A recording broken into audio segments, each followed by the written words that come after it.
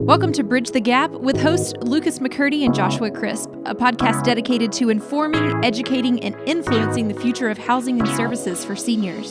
Powered by Markentum. Welcome to this episode of Bridge the Gap podcast. I'm here with my co-host Joshua Crisp of Salinity, and I am Lucas McCurdy, the senior living fan. We have a great episode today on Locke. Really excited. Pun, really, actually, there with Melissa Locke. She's going to be locking it down with us today, asking some questions about the labor challenges that the senior living industry faces. This is a hot topic. If you go to any conference anywhere in the United States, no matter if it's nonprofit or for-profit, or if it's about finance or just in general, you're going to hear this topic come up. Yeah, so super excited to have Melissa. I've known Melissa for several years. I'm not even sure, Melissa, how long ago it was that we met, but I know that I've heard her speak at multiple panels at our industry conferences, and also a little bit excited because she's from my stomping grounds in Tennessee again. Yes, Tennessee, Orange Country for most Tennesseans. And so Melissa is the vice president of human resources for a company called Morning Point and Independent Healthcare Properties. And so she has been so gracious to me through the years as an operator to make herself available. I'm constantly, facing human resource, labor-related challenges, whether it's compliance or whether it's just recruiting challenges or what her company is doing with trends and how they're tackling problems with creative solutions. So super happy. Thank you for being with us today, Melissa. I want to, maybe my first question is, could you just tell us a little bit about your experience in the industry and what you've kind of been doing, what you're doing now? Well, thank you, Josh, for having me. It truly is a pleasure. This is actually my 22nd year in HR, and I've spent approximately the last 10 years in senior living industry. And as you know, with the recent economy change, the recruiting world has certainly changed for employers. And so we are doing some creative things that I'm happy to share with you that hopefully will help other employers. That's so awesome. So you touched on the recruiting industry and that kind of landscape changing. Tell us a little bit about that, because our listening audience, it's very diverse. We have not only residents and their families, which are more the consumers. We've got stakeholders across the spectrum of our industry. Mm-hmm. So kind of paint that picture for me and Lucas a little bit. What has contributed to that, and what does that look like? What has that evolved to and from over the past several years? Well, we know that as the senior living industry has continued to grow, that by the year 2025, 1.2 million employees will be needed in the industry. And so to be creative and competitive in the recruiting market, everything from online profiles to mobile-friendly application, there's certainly no doubt that recruiting has completely evolved immensely over the past years. I saw a recent survey that showed that 46% of employers are having difficulty finding jobs, and that's probably the highest number since about 2007. One thing that I have noticed as an employer is that there is a rise on the use of social media. And approximately 67% of job seekers are now using Facebook to find jobs. And as you know, that's just something we didn't have years ago. That's a huge difference. It is a huge difference. Yeah, that's a huge difference. The tables have kind of turned. Now the employer does not have complete power over the job search. Instead of the applicant selling themselves to the employer, now the employer is actually selling themselves to the applicant. And so as we focus on drawing in new top talent, you have to be different from your competition. And today's candidates, they know what they want from employers and they don't care to ask for it. So this is a powerful dynamic opportunity, and it starts at the earliest application stage. So, as an employer, you want to make sure that your job seeker knows what your company has to offer them, not only in terms of salary and benefits, but also as a company culture. And I would say you should do that before they get close to the interview stage. This type of openness will only bring you more candidates and will also bring you closer to finding the right person for any vacancy and for your company. Um, we have seen that employee engagement definitely comes in many different forms, and the key to one of them is finding people that find satisfaction in helping others. And that's really important when it comes to senior living. And so you have a lot of screening potential when it comes to looking for employees. Now we look more as what does an employee have to offer as far as their value system and also their job suitability. And you can do that by a pre-employment assessment. And for Morning Point, we use a tool called Hartman Value Profile and also a job interest survey tool that gives us more insight about a potential employee's value system and if they are suitable for the industry or not. So, Lucas, you probably have some questions as well, but I wanted to stop you right there just for a minute because it seems like a lot of what you're talking about is kind of centering around this idea of culture, right? Not only from the employer and them creating culture, but sharing that culture through a means, it sounds like very popular means, growing means of maybe social media, internet marketing, and things like that. But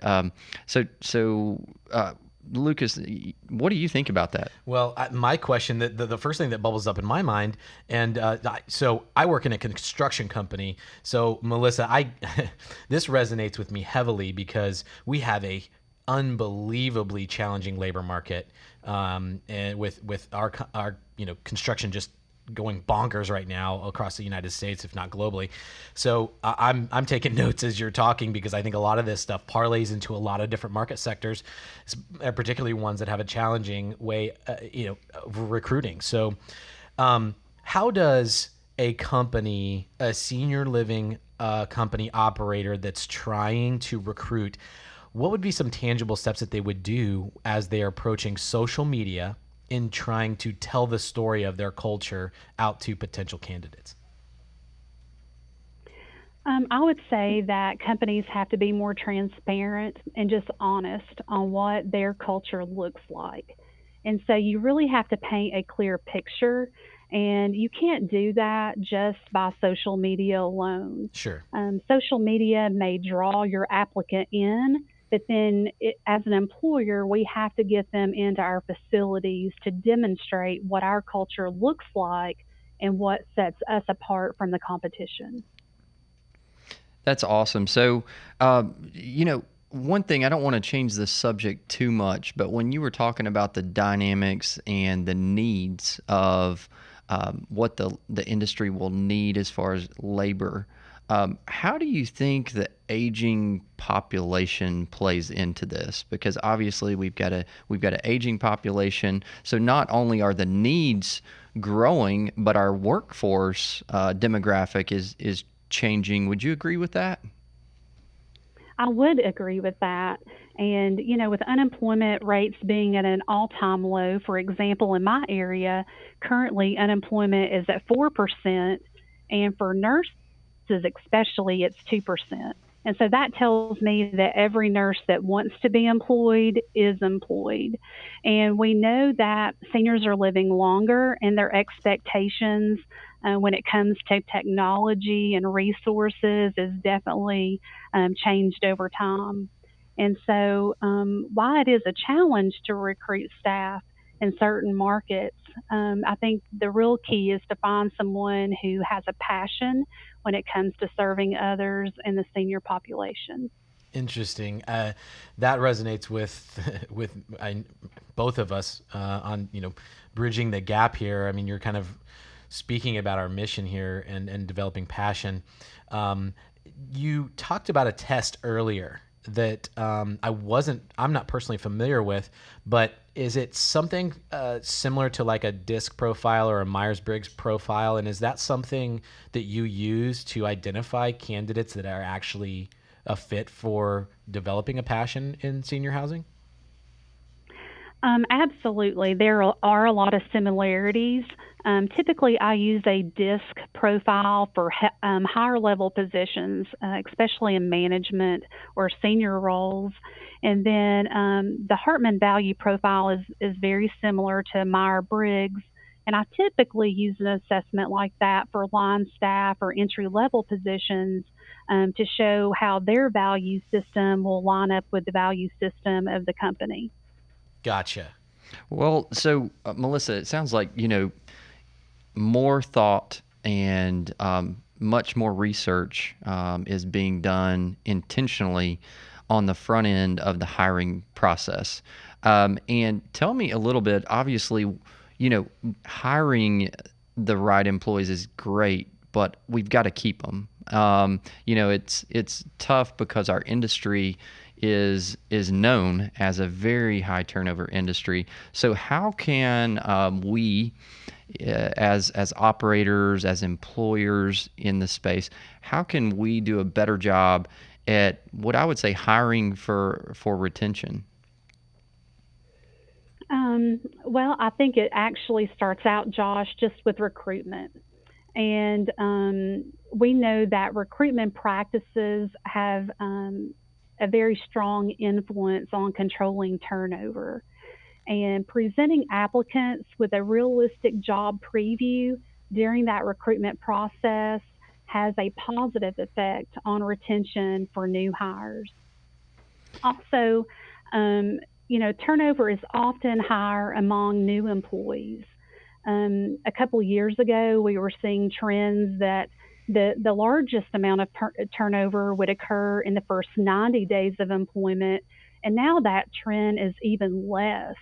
So the majority of turnover now is actually occurring during the first 30 days of employment. And so it is critical that we deliver an outstanding onboarding and orientation program, because that will help new hires become engaged into that company culture that we've been talking about, which will make them more likely to stay.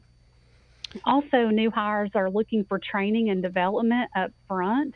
And so as an employer, it is extremely important to give opportunities that will continually update a new hire's skills, which would make them more inclined to stay with the company. Also, compensation and rewards are always important. Pay levels and satisfaction are only modest predictors of an employee's decision when it comes to leaving a company.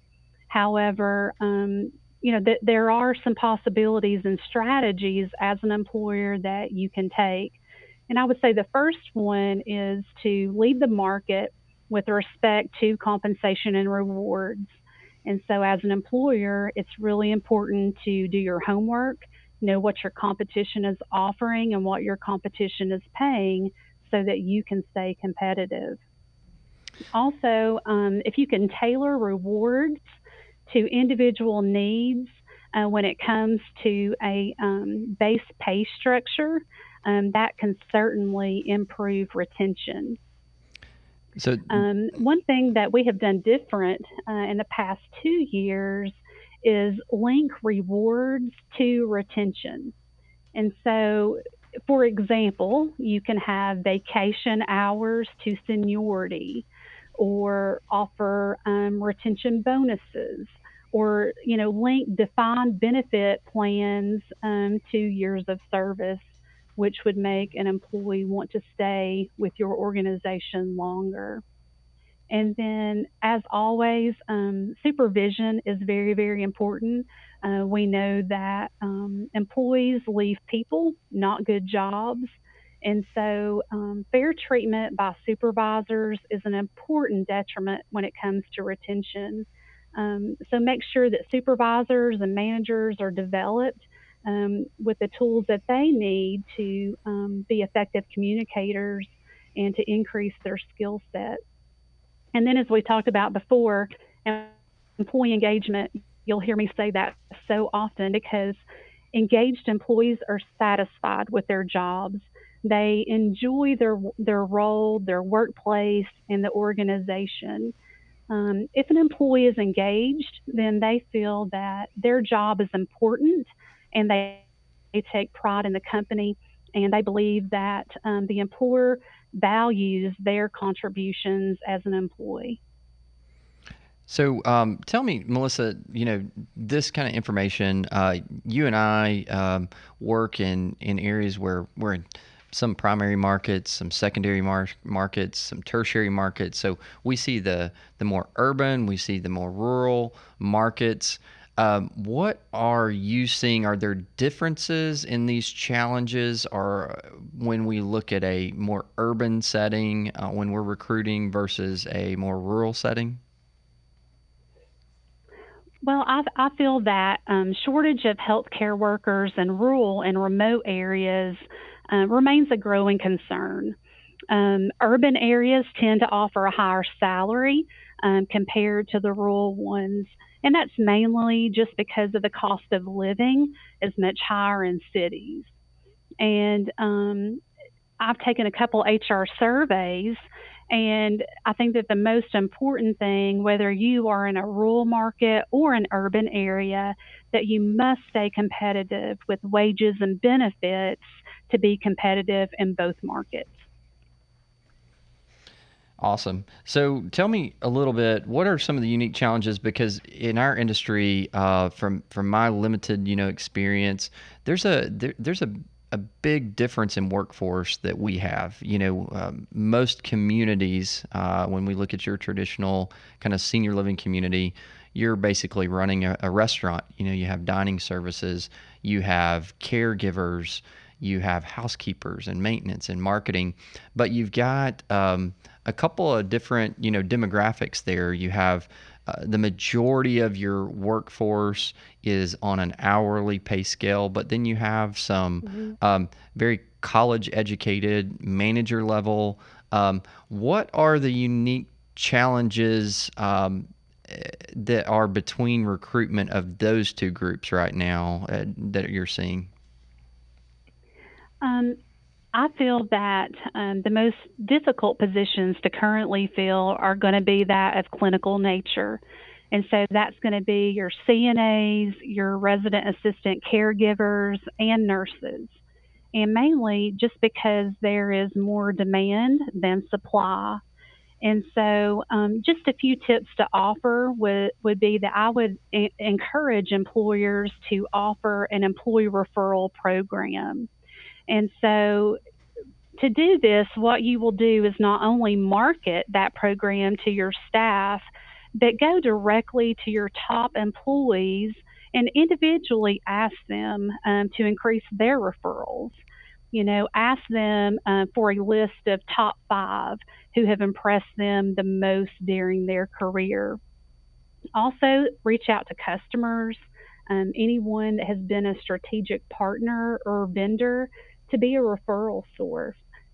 You always want to be in guidelines of your conflict of interest policy, but definitely keep your mind open to something that's outside the box. I think that social events are on the rise, so career fairs have been an excellent source. As an employer, I would say attend college functions, medical certification programs. You want to look for top talent. So you've got to build that relationship with whoever is getting CNA certified so that you can be there to see who is the top line person that you want to recruit. Because again, we are having to leave our offices and go out to get these frontline staff instead of them necessarily coming to us. I think it's also a great idea to contact former employees or possibly former people that maybe you had interviewed. Call all of the good nurses and CNAs who may have left your facility over the past few years and just ask them if they would like to return. If for some reason they turn you down, they can always be an excellent referral source for you as an employer. That's super practical. Like, I mean, these things, it's like in the age of technology and social media, those are excellent tools in the recruiting factor. But I mean, she's just talking like good old fashioned relationship building and working your sphere of influence. And so on that same kind of note, Melissa, what do you think are some other creative things that your company is doing to increase employee loyalty and to help just kind of slow down the back door? Well, before healthcare, I had a background in manufacturing. And something that we did in the manufacturing world was we had pay scales. And so an employee could go from a level 1 to a level 2 to possibly a lead position. And so I took that concept and said, why can't we apply this to senior living? Because is it truly, are you going to be successful if you recruit a 20-year nurse in at the same rate as one directly out of college? And the answer is no. And so you have got to offer something that is outside the box. And as we know, some nurses are very reluctant to leave because they will have to start at the bottom if they join a new facility. So there again, if you offer your top candidates choices and offer them possibly even a side-by-side offer sheet, again, you have to know what your competition is doing. Show them the perks that you can offer versus someone else. And then also, I think it's a great idea to constantly build your brand. So if you have a speaking opportunity, discuss your best practice. That's an excellent recruiting tool. Also, there are a lot of online resources. Talking about technology, you can now do an internet search for CNAs, nurses. You can have hundreds of resumes at the click by zip code. So specifically target those areas of who live within a short commuting distance of your facility. Also, you can do an email blast. So if you know who your prospects are, then develop an email mail list that pushes announcements, especially job openings to individuals that you are targeting. And as we spoke earlier, online networking sites. If you haven't taken advantage of YouTube, I think that's a great way to show someone online what your company culture looks like. And so that's one thing that we've done at Morning Point is create these short recruiting videos and just place them out there for not only new employees to see, but also those that you are trying to pull into your labor market. I love that idea. I think, there's a lot of things that we're hitting on here that a lot of them point back to the culture of the company. And I mean, video is a powerful tool to do that. It's almost like just kind of like advancing the narrative of culture even before you have the opportunity to meet them. Of course, we're doing a podcast today. Voice has the ability to have, it's its own medium, but all of these social sites now are adding in these ways to do these videos. Of course, YouTube's been around for a little while now, but Melissa, a lot of this, like as I'm sitting here thinking about this, it's fascinating to me how much crossover there is. I mean, this is practical, tactical stuff that actually really works. And there's a part of me as I'm analyzing my own company, and I'm thinking, we're doing like 2% of this, 1% of this, and we should be doing more. So why don't you talk to some of our listeners that may be feeling the same way and just thinking like, there's an aspect of this that it's a simple formula. Just follow this, do this, and you'll win. But why do you think so many companies have a challenge in actually executing this? I think it's a challenge because we try to make it more complicated than it is. And as an employer, it's important to remind yourself that not every person is going to be a good fit for your organization. And so we do have to weed out candidates who don't exhibit the traits that we are looking for. So even though we are in a tight labor market, still be selective. One thing that I've done that has really been great is to ask line staff employees to help interview candidates. Interesting. And so I think that it shows that in a candidate, first of all, that we believe in our staff. And who else is better than your star employee to best judge a job candidate's character? And so I like to involve those standout team members to help participate in interviews and weigh in on the decision.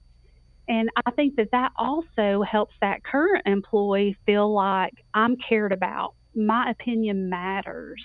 And that's just going to increase not only satisfaction, but also employment engagement.